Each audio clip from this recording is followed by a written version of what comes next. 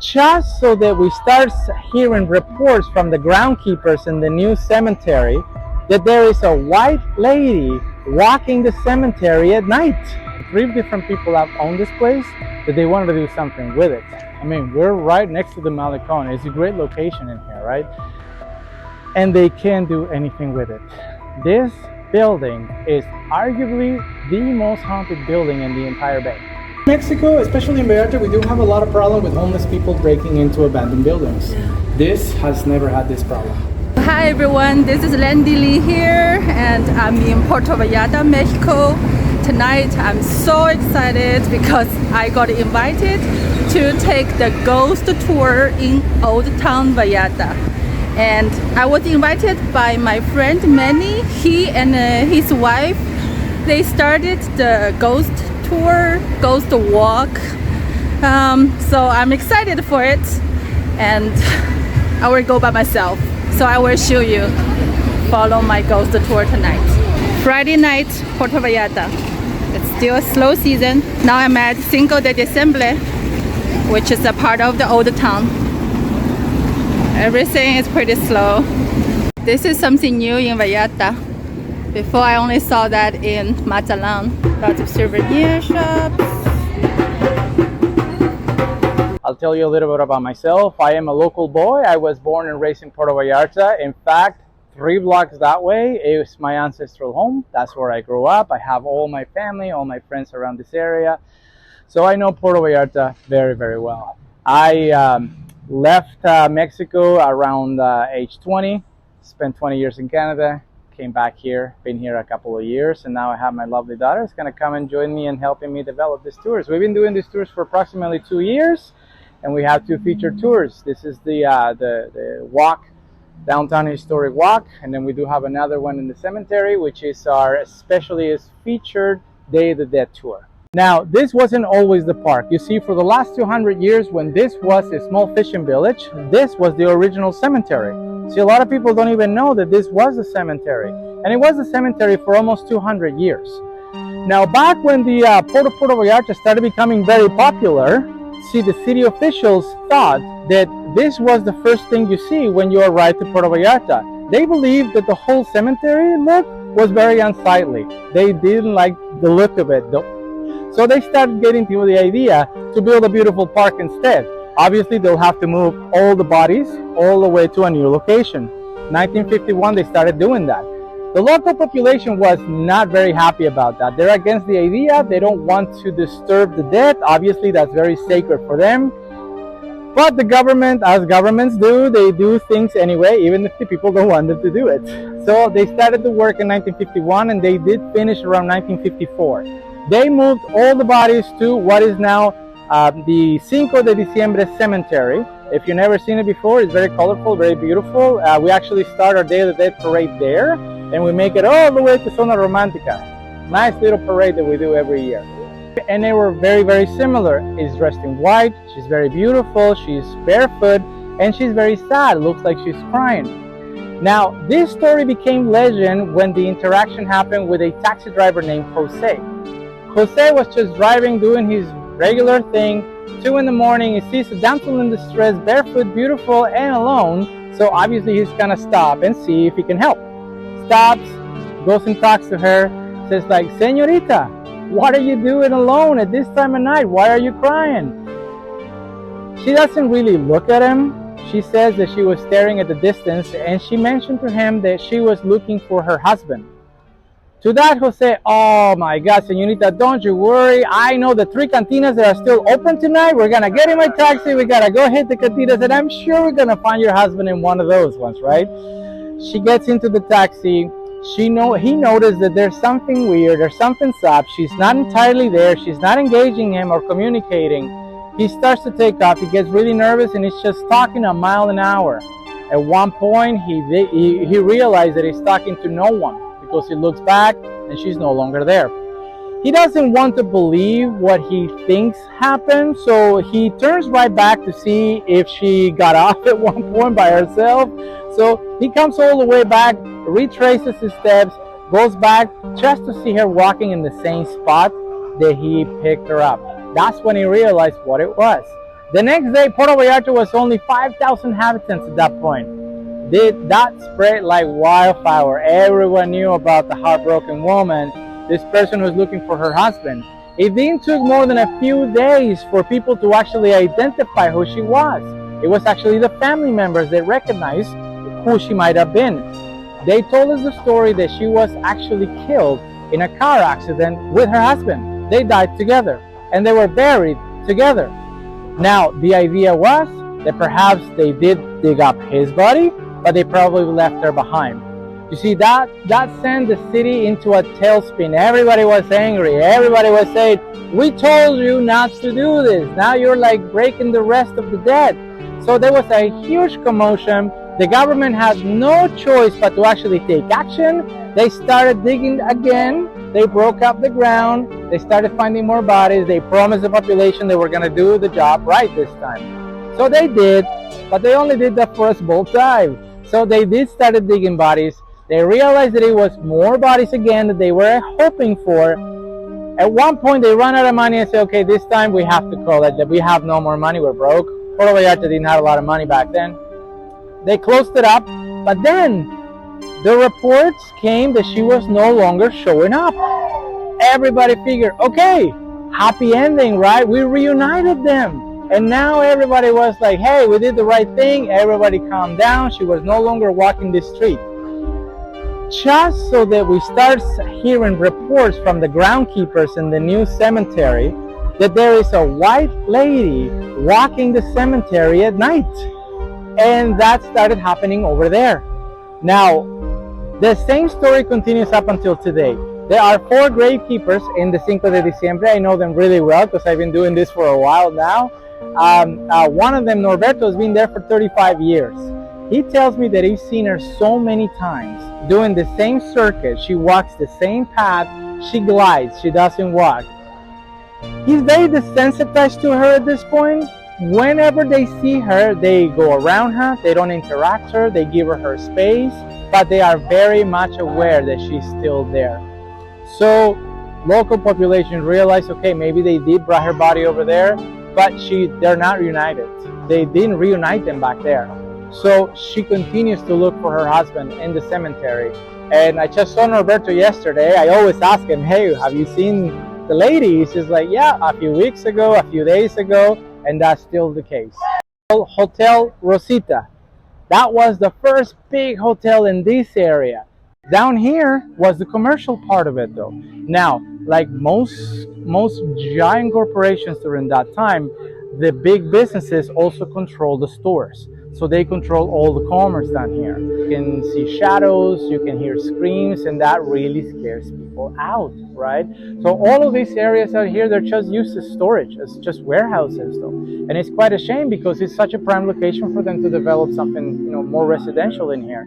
But everybody's afraid to stay here after 10 p.m. There's one guy that stays behind to look after the place. He sits by the door and never comes in.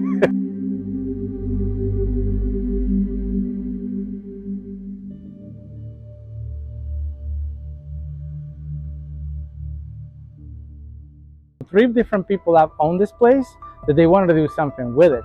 I mean, we're right next to the Malecon. It's a great location in here, right? And they can't do anything with it. This building is arguably the most haunted building in the entire bay. And if you live here, and if you are from around the area, you will know the story of what happened here. Now, this is a really big house. For all intents and purposes, this is a mansion, especially back when it was built. All mansions we used to call haciendas back then. And haciendas used to be one really big rectangle where you have all the rooms around it, and in the middle you have an open space, you have a little plaza, right? That's pretty much exactly what this is as well. Really wealthy family, well-to-do family, mother, father, they had 9 children, which was kind of common to have a lot of kids back then, right? The problem happened with the last little boy, the last kid. His name was Juan. And Juan, unfortunately for him and to his family and to all of us right now, he fell in love with a very extravagant woman, one that was not very easily found here. She was from Cuba. She had a different accent, she looked differently, she walked differently, she believed things differently. and he fell madly in love with her. Now, she also fell madly in love with him very quickly as well, right? They quickly married and they made a house in here, and everything was fine for a number of years. The problems happened when the father died. You see, the intention was to leave this house to all their 9 children. Now, the mother died, and then the inheritance became available for the 9 children. Now, this lady from Cuba, her name was Juana. And there was a lot of things about Juana that a lot of people didn't know. Once the parents died, they realized that Juana walked in with the deed to her name, and only to her name. You see, before the parents died, she was already working the legal system. She was getting lawyers, she was getting judges and government officials in her side because she had an agenda. She wanted this house for herself. That's the whole reason she married Juan to begin with. She was beautiful, but she was more cunning than beautiful. And she was, one thing that nobody knew about her is that she was a high-ranking practicant of a religion called Santeria. Have you guys heard about that before? So for those of you who are not familiar with Santeria, it is a combination of the religions from Africa that came in the slave ships as a form of voodoo. And when it came to the islands, it mixed with the Catholic religion to form a completely new thing that was called Santeria. Santeria is famous for their curses, for voodoo, for zombies, for demons, for black magic, and really terrible things. That's what they're, if you can just let them through. So that is what they are known for, okay? So nobody knew this about Juana. She kept this close to her heart. When she showed up with the deed to her name, obviously in a fraudulent way, everybody knew exactly what the agenda was. She showed up with the cops and she kicked everybody out, including the husband. Everybody out. Then a long legal proceeding actually ensued after that. But if you know anything about the legal system in Mexico, is that it's slower than a snail's pace. It took 40 years for them to actually do something about this. This was from early 1900s all the way to close to the 1960s. Okay. Yeah. Women could own property here. Oh yeah, they could. Yeah, that was not a problem. Maybe they couldn't vote, but they could own property. Right. Yeah. The husband couldn't take that from them. No, not if it was in their name. So you see, if she didn't pay them off, she would pay them off any way she could, and she did whatever she had to do to make that happen. Now, when it came time for her to be kicked out, effectively evicted from this place, she basically issued a challenge to everyone who would dare to come in this house. She says that this house was going to be cursed, and if she's taken out forcibly, this house will be cursed forever for anyone who dares to enter this place. Well, obviously, you know, they didn't care much. They wanted their property back, so they kick her out. This is the main door. When they kicked the doors to go straight into the little open plaza, that's when they found something that they weren't expecting. She was sitting in a small makeshift throne, and she was covered in blood. There was dead chickens all around her, and there were skulls in this throne as well. And she started screaming this guttural scream. She was talking in languages, and no one understood. They were really scared, but after they gathered up their courage, they forcibly grabbed her and bring her outside. She did die about 4 days afterwards because she was not eating or drinking anything, so she just basically died.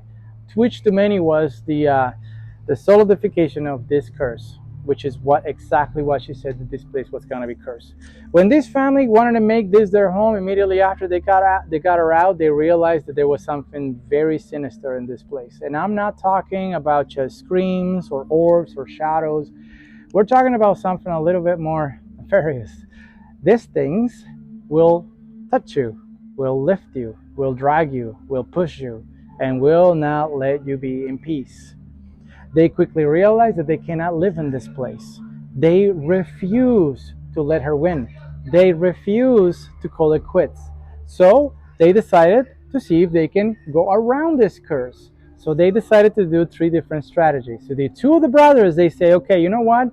I just want a small piece of this place. I don't want access to the backyard. I don't want to go upstairs. So I'm just going to subdivide a small area just for me and my family and screw the rest of the house, right? They thought that that was going to work. And this is exactly what they did. Those 2 doors over there, those were the 2 attempts of subdividing that house. and have a completely different address and a completely different identity. That was their attempt number one to go forward.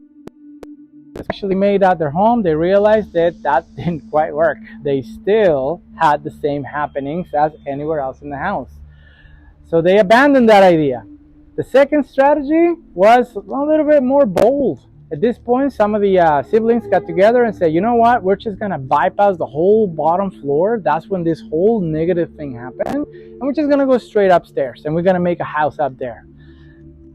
That black door,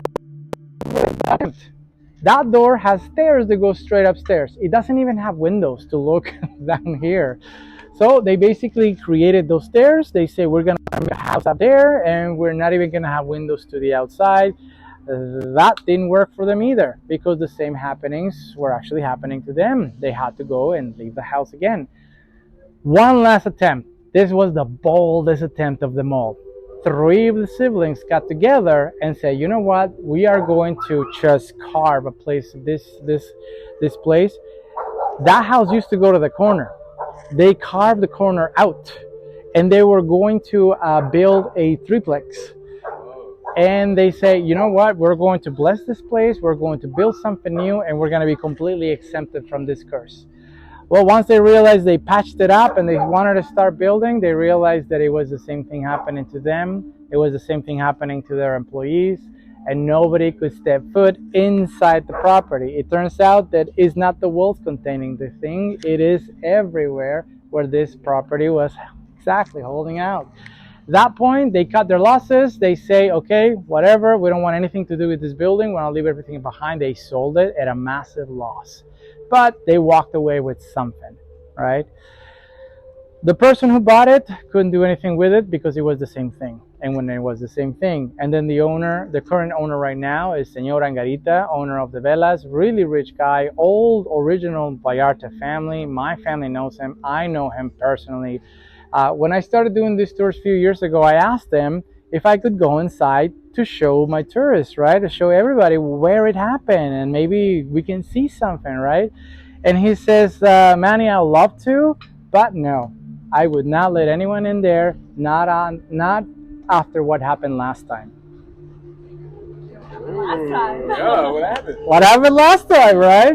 So you see, he wanted to sell this place and he was staging it. He had a crew of people taking pictures and, you know, realtors.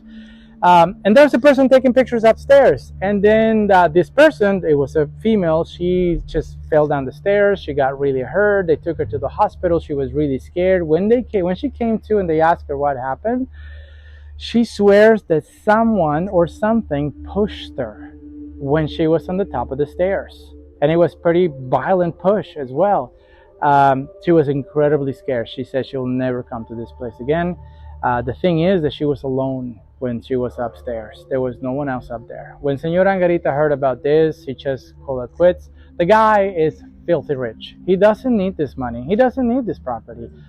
It doesn't hurt him. He doesn't feel the pinch of the cost of just having a white elephant sit there for a long, long time. He closed all the doors. He doesn't let anybody in, and he doesn't need to worry about security because no one will dare go into that place. So you see those houses up the mountain? Those are very, very old homes. They've been there for generations. They've been there for since Vallarta was here, one of the original homes. People that live out there, when it's night, they don't even walk this road anymore. They go around it or they go the other way because they're very scared of this house. The things they see is things from upstairs, shadows, red eyes, screams. Imagine you just walking, minding your own business, and then a guttural scream comes from inside the house. It just shooks you to the core. So people became aware and they learned to be afraid of this place, and they just go around it. And it has been empty ever since. The last time was about 1994 when Señor Angarita bought it. It's been sitting there ever since. He doesn't advertise it. But I asked them, would you sell it if someone really wants to buy it? He says, sure, why not? I mean, it won't be my responsibility, but I won't bring people in there. Liability. Exactly. So I do know a good property this for a really low price if you guys are interested. Now, I would like for you guys to actually go in there so you can actually see where it'll happen. You can take pictures from the outside. I'll show you with the light. Yeah, from the outside. Come here. I know, right? You know, you know. So you see this red paint? It's one of the efforts that many people have done to try to bless this place, to put signs, to make sure that they know that contain whatever is in here. Oh, there's two cats in there.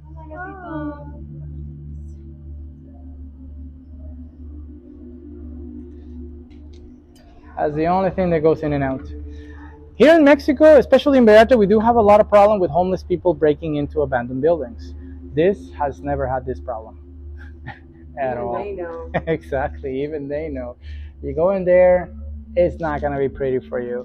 That little center area, that's where it all happens. And that's open air. It's open air, right? exactly. You guys are free to take some pictures. You do find some weird things in the pictures sometimes, but if you do find some weird things in the pictures, you send it to me. Exactly.